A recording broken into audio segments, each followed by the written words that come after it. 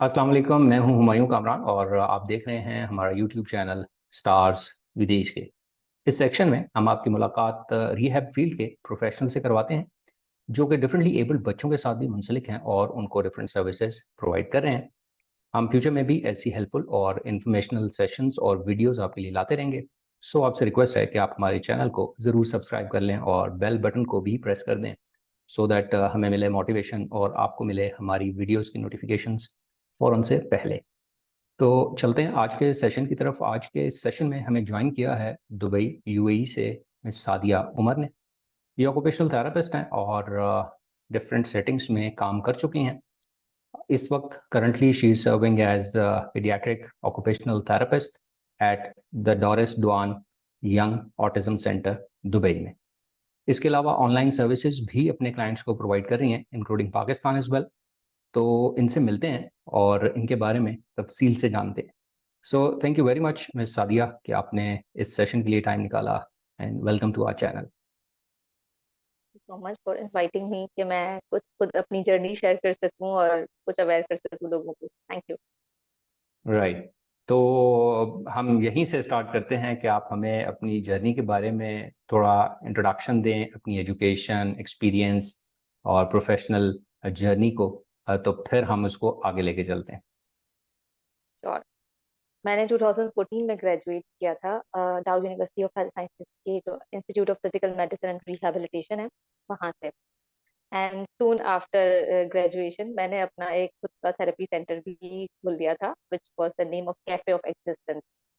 2014 में ये खोला गया था। ठीक है, उसके साथ साथ मैं उसी वक्त दारुल सुकून में जॉब कर रही थी, क्योंकि मेरी डिग्री तो कंप्लीट हुई थी अराउंड मई में, लेकिन मेरी डिग्री कंप्लीट होने से पहले मुझे दारुल सुकून से एक जॉब ऑफर हो गई थी। तो जिस दौरान हम अपनी रोटेशन कर रहे थे, उस दौरान मैं उसके साथ साथ दारुल सुकून में जॉब भी कर रही थी। लाइक मैं सुबह दारुल सुकून जाती थी और फिर दारुल सुकून से एंड करते ही मेरी रोटेशन थी एमएनसी में, जो कि डॉक्टर नबीला कुमरो का थेरेपी सेंटर था। मैं वहां जाती थी शारा फैसल में। तो दैट वाज रूटीन। मगर मैं दारुल सुकून को बहुत लंबा कंटिन्यू नहीं कर सकी, बिकॉज मैंने फिर अपना सेंटर खोल दिया था। तो जब आप कुछ नया स्टार्ट करते हैं, स्पेशली बिजनेस, और फर्स्ट टाइम जर्नी थी, बहुत यंग थी मैं, तो मोर टाइम मैंने वो खत्म कर दिया था। तो मैं वो स्टार्ट किया था अराउंड 2014। वो मैंने रन किया टिल 2017। उसके साथ साथ मैंने उसके दौरान फिर जॉब्स की काफी, लेकिन वो था ठीक है क्योंकि वो प्राइवेट था, तो I can easily flexible my timings. And दूसरी बात, मेरा सेंटर मेरे घर के अंदर था, like one room was the centre. तो मेरे लिए इजी था। जिन जगहों पे मैंने जॉब की उस दौरान, उस वक्त मैं जॉब करती दारुल सुकून के बाद फिर मैं वहां से गई। एक सेंटर था डॉक्टर रुतफो, आप जानते होंगे डेफिनेटली। डॉक्टर रुतफो का सेंटर है जो एमएलसी फॉर लेप्रोसी सेंटर। मैं वहां जॉब कर रही थी डॉक्टर रुतफो के साथ कम्युनिटी रिहैबिलिटेशन पे, क्योंकि वो एक बहुत डिफरेंट फील्ड थी। ओटीज उसको इतना टच नहीं करते और पाकिस्तान में काम भी बहुत कम होता है। तो इट वाज अ कॉन्ट्रैक्ट। तो मैंने वहां पे उनके साथ ऑलमोस्ट अ ईयर काम किया, जो कि बहुत अच्छा एक्सपीरियंस था। It's totally different.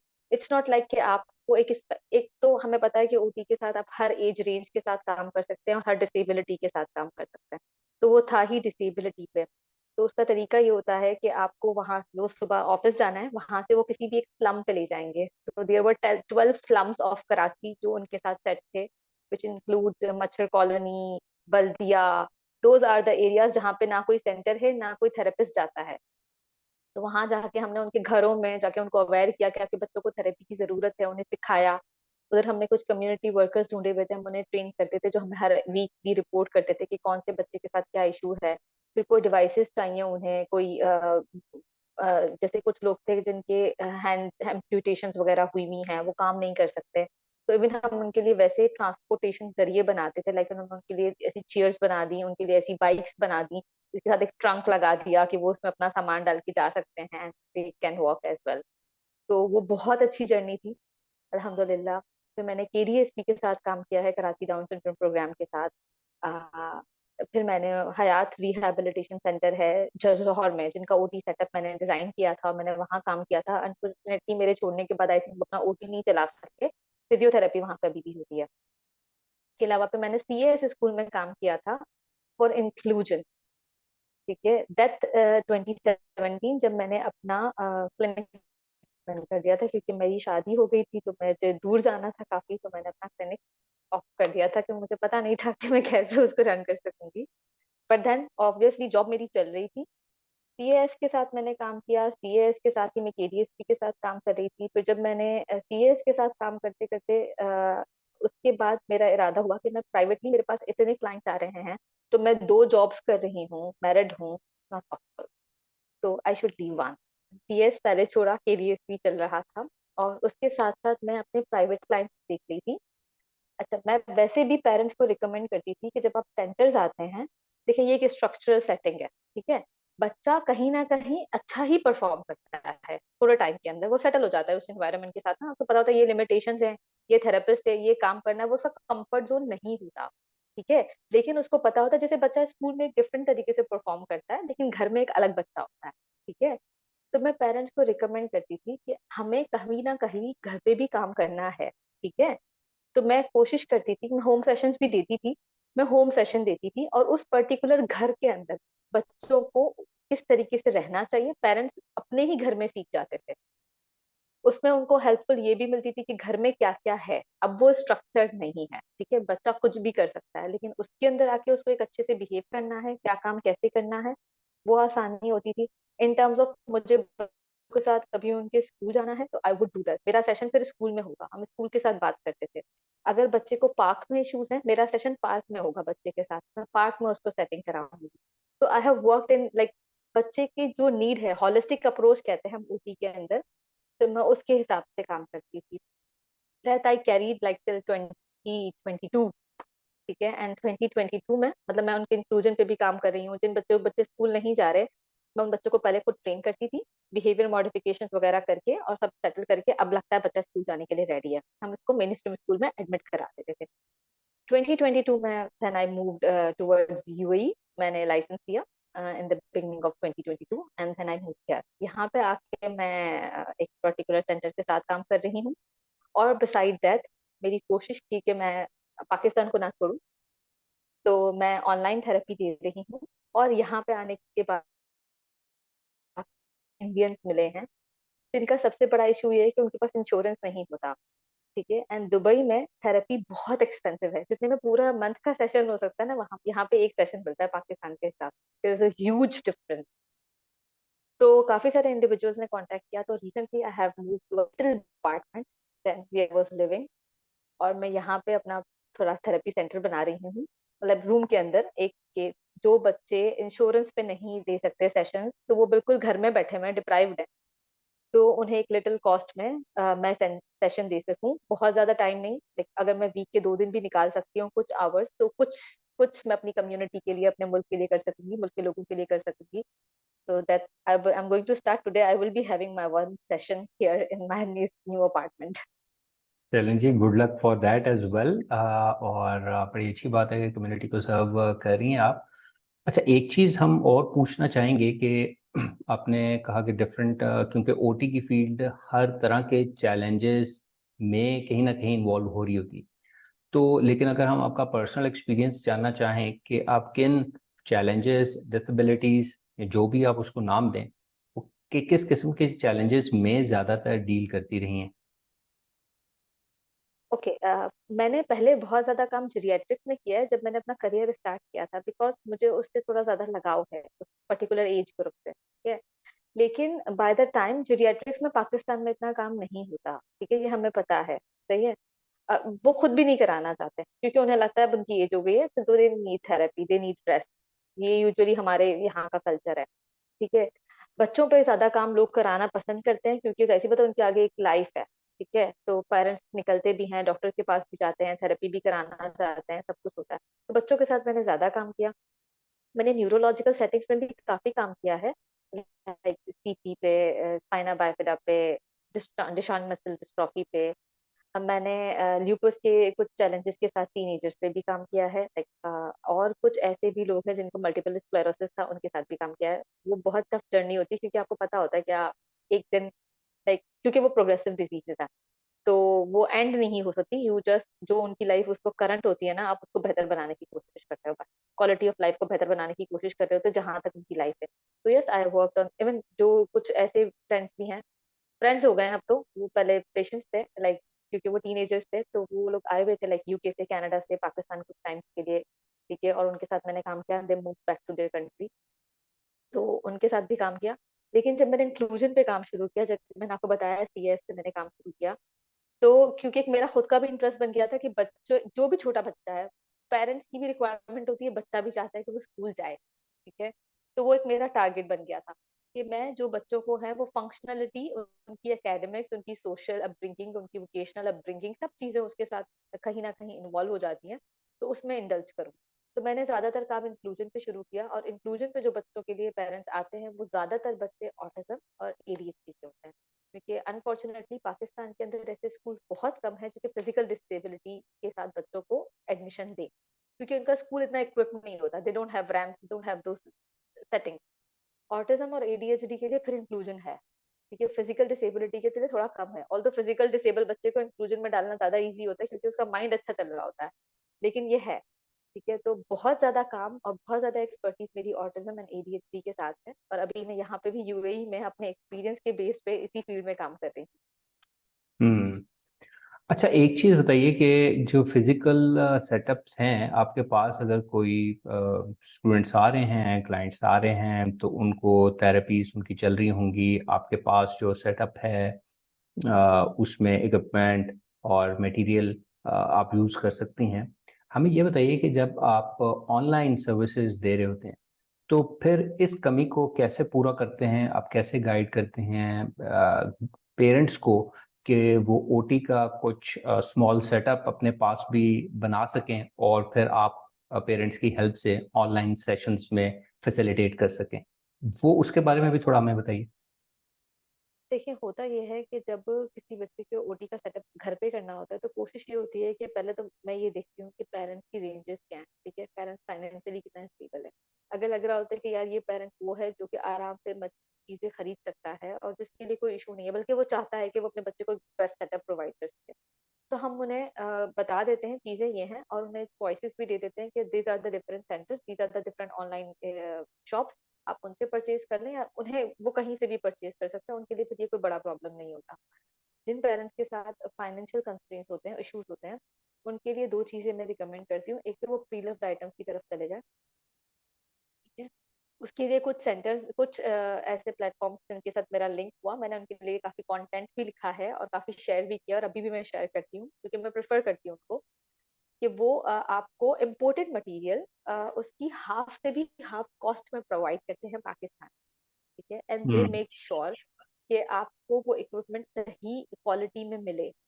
In case आपको मिलने के बाद लगे फौरन से कि अच्छा, उनका डिलीवरी का तरीका भी बड़ा अच्छा है कि वो पहले चेक कराते हैं फिर पेमेंट लेते हैं, ठीक है, बहुत लाइक वो भी बड़े ऑनेस्ट प्लेटफॉर्म के साथ काम कर रहे हैं, बहुत अच्छा काम कर रहे हैं।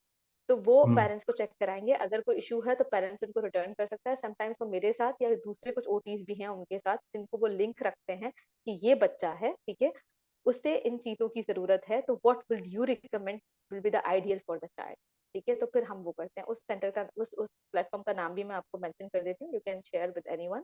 This is Ashu's learning lounge, ठीक है, जो कि reasonable pre love material provide कर रहा है, ठीक है, तो मैं उनको ये रिकमेंड कर देती हूँ। कुछ लोग ऐसे भी होते हैं जो इतना भी स्पेंड नहीं कर सकते, हो सकता है, ठीक है, रियलिटी है, ठीक है, तो हम्म। फिर उनके लिए बहुत ज्यादा अडेप्टिव चीजें ये बताई जाती है। फॉर सपोज अगर हैमक चाहिए, आपके पास नहीं है, आप परचेज नहीं कर सकते हैं, बट आपके पास एक बेडशीट तो है, ठीक है, आई वुड रिकमेंड इफ इसको आप उसको हैंग कर दें, बच्चे को उसके साथ राउंड राउंड स्पेंड करें, ठीक है, आपके पास कम ब्लैंकेट होगा छोटा सा, आप उसमें बच्चे को रैप करके आप उसको स्टिमुलेशन दे रहे हैं, ठीक है, विल बार्जर ब्रश नहीं है तो ऑल्दो ये रिकमेंडेड ब्रश है, ठीक है, जिन बच्चों को जरूरत है तो वी रिकमेंड के पेरेंट्स उसको परचेज करें अगर बच्चे के लिए जरूरत है, लेकिन नहीं कर सकते तो एनी अदर सिमिलर ब्रश, जो कि इसकी कॉपी ब्रश भी आता है। इवन मैंने, मुझे याद पड़ता है कि एक वक्त ऐसा था कि जो पेरेंट्स बिल्कुल अफोर्ड नहीं करते, जो मैनिक्योर का ब्रश होता है छोटा सा, जो फीमेल्स यूज करती है अपने नेल्स को क्लीन करने के लिए, मैंने पेरेंट्स को कहा आप उससे भी काम शुरू करें। मैं ये नहीं कहती कि उससे बेस्ट रिजल्ट आएगा, लेकिन something is better than nothing, तो मैं गाइड करूंगी, ठीक है, फोकस बिल्डिंग के लिए नहीं है, आप टॉयज नहीं खरीद सकते, आपके पास नहीं है, मैं कहती हूँ पेरेंट्स को, आपने बीन्स लिए, आपने राइस लिए, मिक्स कर दिया, आप कहें बीन्स को बच्चे को सेपरेट करने को, आई हैंड कोऑर्डिनेशन पे भी काम करेगा, उसकी फिंगर्स मूवमेंट पे भी काम करेगा, डेक्सटेरिटी पे भी काम करेगा, ठीक है, फोकस पे भी काम करेगा। तो देन हम उस हिसाब से रिकमेंड करते हैं पेरेंट को, जिस हिसाब से पेरेंट्स का इशू होता है, कंस्ट्रेंट्स होते हैं, नीड्स होती हैं, ठीक है। तो this would be guided according to the condition, ठीक है। लेकिन कोशिश यही होती है कि हर पेरेंट्स ऑनलाइन भी अगर हम सिखा रहे हैं तो वो कैसे काम कर सके। एंड मैं ये कहूंगी कि बीइंग एन ओटी जितना हम काम कर रहे होते हैं उससे कहीं ज्यादा काम पेरेंट कर रहा होता है। हम सिर्फ 1 घंटा देते हैं, पेरेंट्स के पास 23 आवर्स होते हैं। मुझे एक पेरेंट ऐसी याद है, even I can ask you to take the interview of that as well. वो मेरे पास आई थी 2015 या 2016 में। उनकी एक बच्ची थी कुछ साल की, और उसके साथ राइट या लेफ्ट हेमीप्लीजिया का इशू था, ठीक है। इट वाज नॉट कंप्लीट लेकिन पार्शियल था। तो उसकी बैलेंस इश्यूज थे, एंड वो बहुत ही कंजर्वेटिव फैमिली से बिलोंग करती थी। तो उनके इधर फीमेल एक बच्ची को ये इशू है, and then you are spending on the child, and फिर वो बच्ची कहाँ जाएगी, क्या होगा। फाइनेंशियल बहुत इश्यूज थे। She was not able to pay a very less, मैं कहूँगी बिल्कुल ही वो अमाउंट जो कि आप किसी को भी बैगर को भी दे देंगे, वो भी नहीं पे कर सकते। And she came to do some channel. तो मैं उनको सेशन सिखाती थी। शी वॉज सो कंसिस्टेंट, जो मैं बोलती थी वो एक एक वर्ड वो लिखती जाती थी पेपर पे, कुछ भी नहीं मिस करती थी। पिक्चर लेती थी अपने छोटे से फोन से। मुझे वो पेरेंट बहुत अच्छे से याद है, और उसने अपनी बच्ची के साथ रिलीजियसली काम किया है। इवन मेरी शादी से 2 दिन पहले भी वो मेरे पास आई थी, और वो सब कुछ लिख के गई थी कि आगे वो नहीं शायद इतना मिल सके, बिकॉज मैं एक दूसरे एरिया में शिफ्ट हो रही थी कराची के लिए, तो उनके लिए थोड़ा डिफिकल्ट था ना। कम्यूट भी इशू था, जो फाइनेंशियल इश्यूज होते हैं ना, सारे इश्यूज होते हैं आपके लिए। कम्यूट भी एक कॉस्ट लेकर जाता है आपकी, ठीक है। हम्म। तो वो भी इशू था उनके लिए। तो वो सब लिख के गई थी। एंड लिटरली आफ्टर 1 ईयर, मेरी शादी के 1 साल बाद वो मुझसे मिलने के लिए आई अपनी बच्ची को लेकर।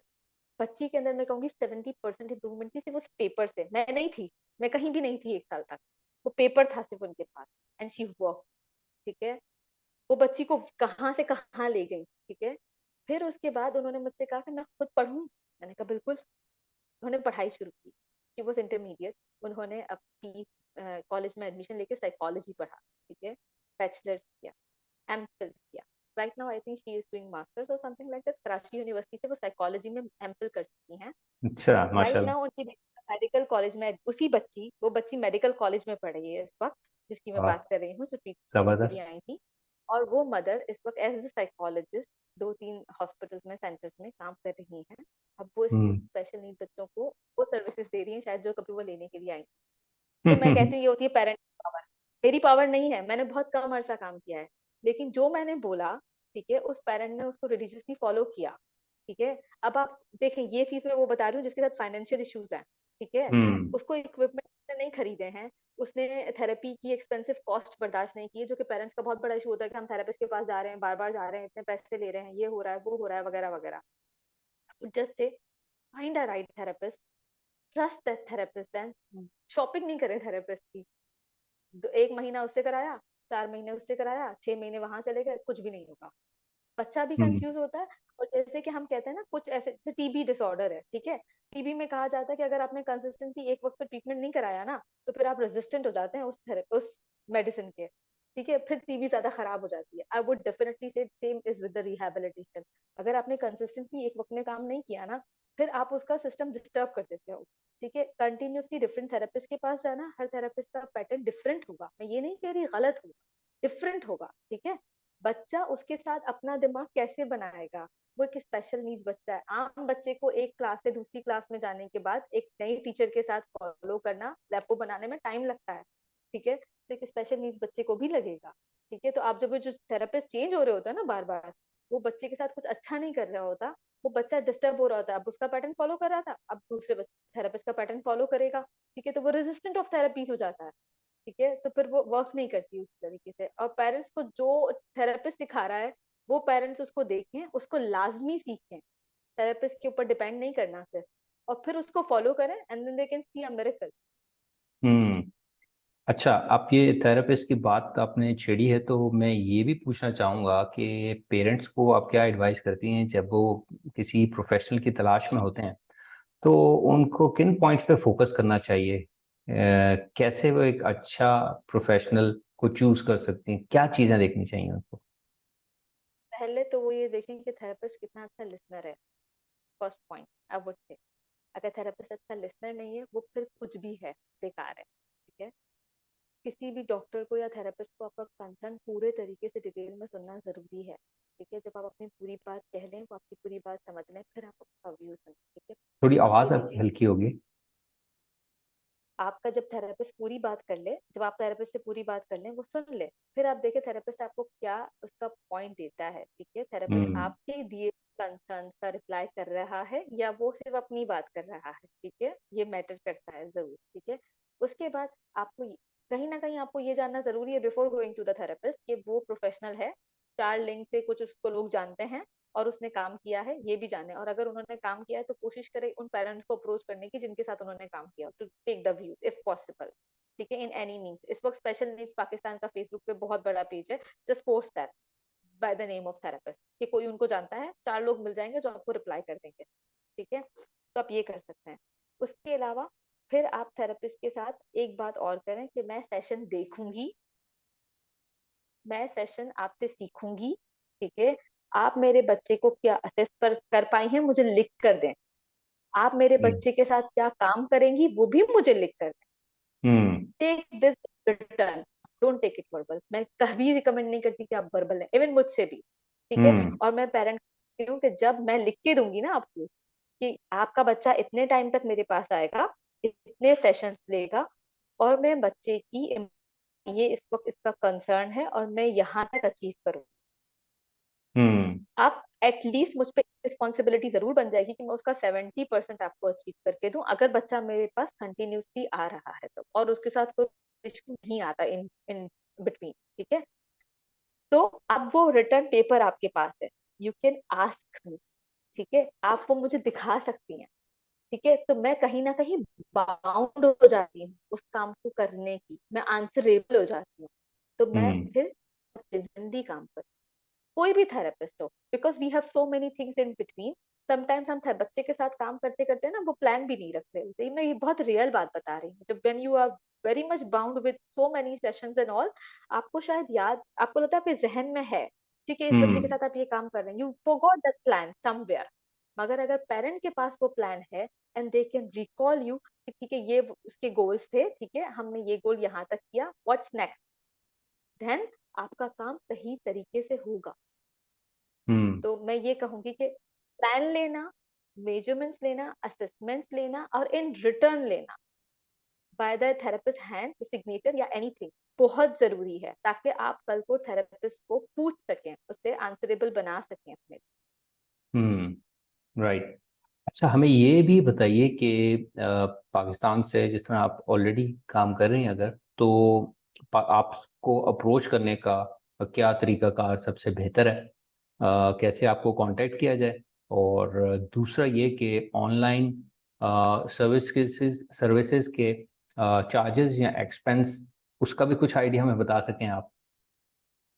देखें, ऑनेस्टली जो ऑनलाइन असेसमेंट होती है वो थोड़ी सी एक्सपेंसिव होती है, which is around 5K to 6K। मैं बहुत ज़्यादा ओवरचार्ज करने की कोशिश नहीं करती, it depends on the client as well. और उसके अंदर मैं assessment report and therapy plan जरूर देती हूँ पेरेंट्स को, उसके बाद बेशक वो सेशन ना लें, राइट। मैं उनको इट्स अप टू यू, लेकिन वो मैं आपको दूंगी क्योंकि वो जरूरी है। ठीक है, तो वो कहीं और से ले लें, फिजिकली उसको खुद फॉलो करना चाहें। ठीक है, और जहाँ तक बात है पर session it's range between 2K to 3K। ठीक है, ये उसकी चार्जेस होते हैं ऑनलाइन। ठीक है, उसके अंदर अच्छा, ऑनलाइन सेशन बहुत ज़्यादा मैं कंटिन्यूसली नहीं दे सकती, ना मेरे पास इतना टाइम होता है, और मेरा वैसे भी सेशन देने का पैटर्न ये होता है कि मैं सेशन के अंदर आपके बच्चे, क्योंकि ऑनलाइन आप बच्चे के साथ काम तो नहीं कर रहे हैं ना, आप पेरेंट्स को ही गाइड कर रहे हैं, ये रियलिटी है ना, पेरेंट्स को बता रहे हैं। तो मैं कह रही होती हूँ कि पेरेंट्स को ये मैंने आपको सिखाया, आपके बच्चे के साथ, बच्चे को देखते हुए आप बच्चे के साथ परफॉर्म करें, जहाँ हिंड्रेंस आ रही होती है पेरेंट्स को बता रही होती है यहाँ पे ये करेक्ट करने की जरूरत है, यहाँ पे यूँ ऐसे करें, वहाँ पे वो वैसा करें। उन्हें कुछ स्ट्रेटजीज, कुछ टेक्निक, इवन कुछ बच्चों के साथ जब हम अकेडमिकली काम कर रहे होते हैं तो कुछ वर्कशीट वगैरह मैं ट्रांसफर कर रही होती हूँ, वर्क ऑन इट। ठीक है, at the end of the week you can just give me the feedback. फिर दूसरा तरीका ये होता है कि in middle of the week कहीं आपको कुछ इशू आ रहा है, just send me a text, whenever I get time I would reply you on that। ठीक है, तो हम्म। ये तरीका भी होता है ऑनलाइन लेकर चलने का। पेरेंट्स मुझे वीडियोस बना के शेयर कर देते हैं अकॉर्डिंग टू जब वो बच्चे के साथ कर रहे हैं, कुछ बच्चों के बिहेवियर्स आ रहे हैं, कुछ बच्चों के सेंसरी इश्यूज हैं, तो व्हेन दे आर ट्रिगरिंग मोर, ठीक है, तो आप मुझे उसकी छोटी सी वीडियो देखिए तो मैं उसको जज कर पाऊंगी। वर्बली हम जज नहीं कर सकते, ठीक है, मुझे विजुअली देखना होगा। तो I hmm. Would ask parents कि आप वीडियो रिकॉर्डिंग बहुत ज्यादा मैं उसके अंदर रिकमेंड करती हूँ कि पेरेंट्स को जो मुझसे शेयर करना है उसमें वीडियो वीडियो रिकॉर्डिंग बना के शेयर करते जाएं, ठीक है।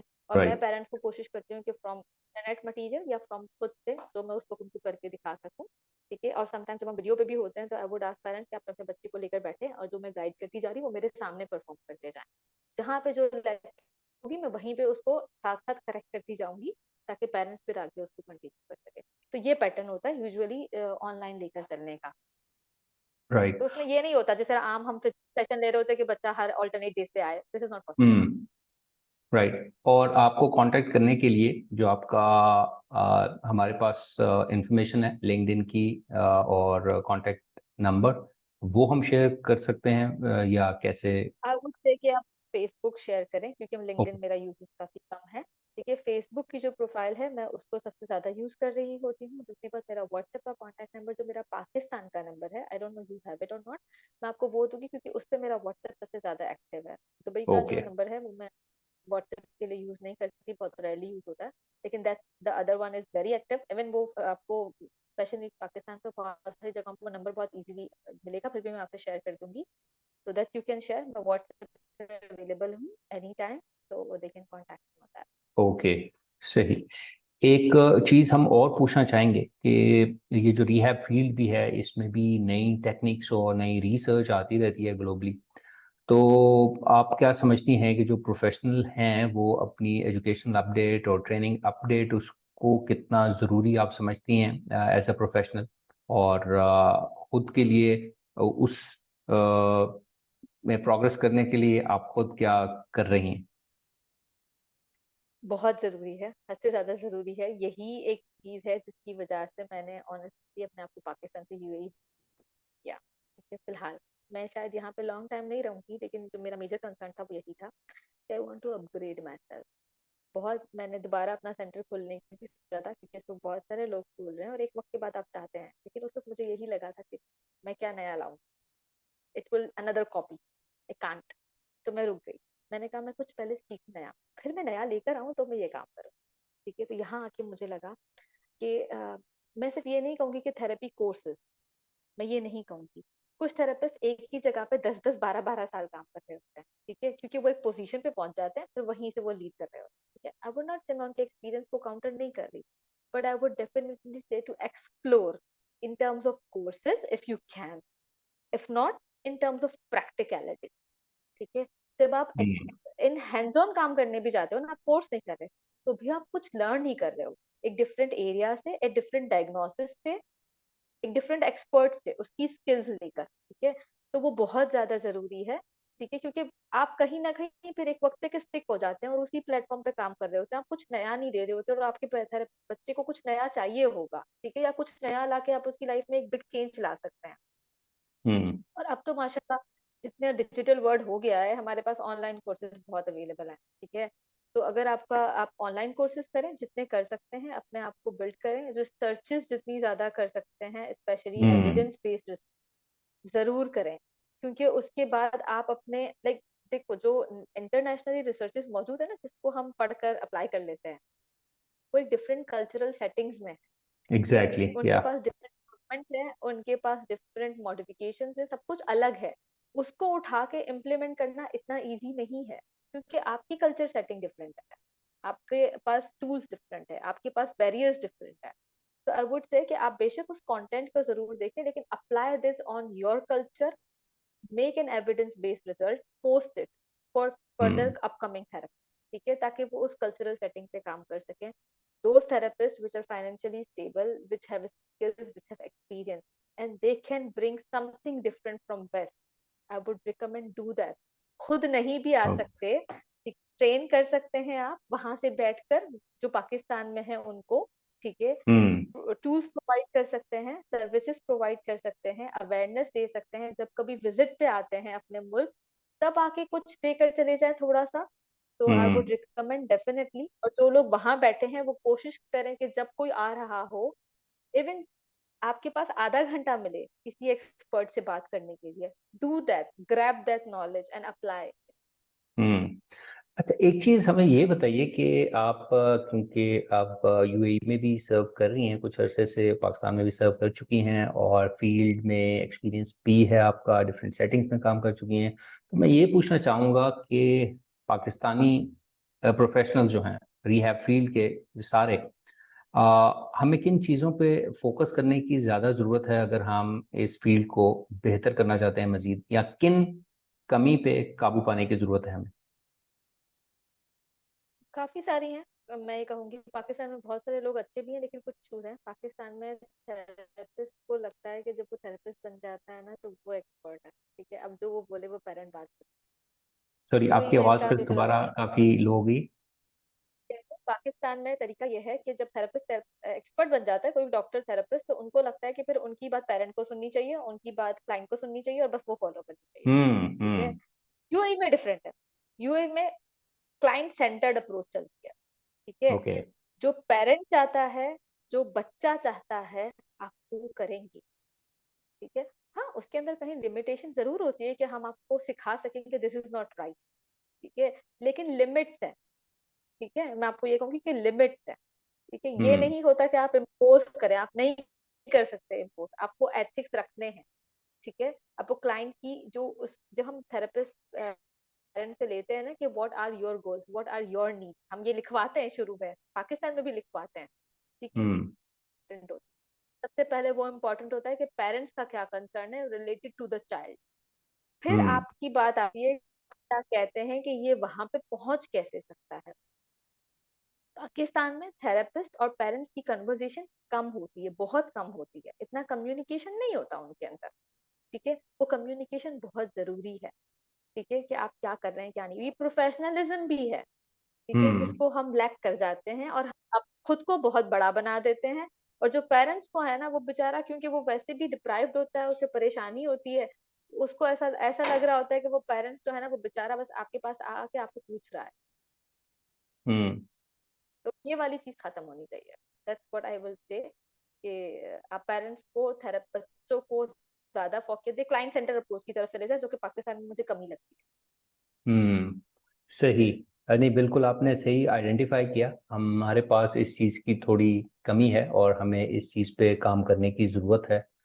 और इसी एडवाइस और मशवरे के साथ और अच्छी बात के साथ we are almost at the end of our interview ji.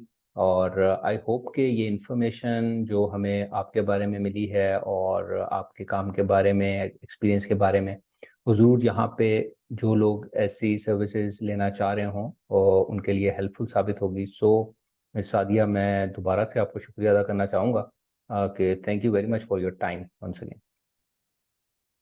Thank you so much, it was nice meeting you.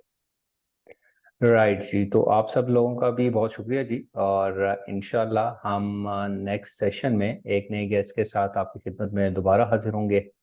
Until then अपना ख्याल रखिएगा। टेक केयर एंड अल्लाह हाफिज।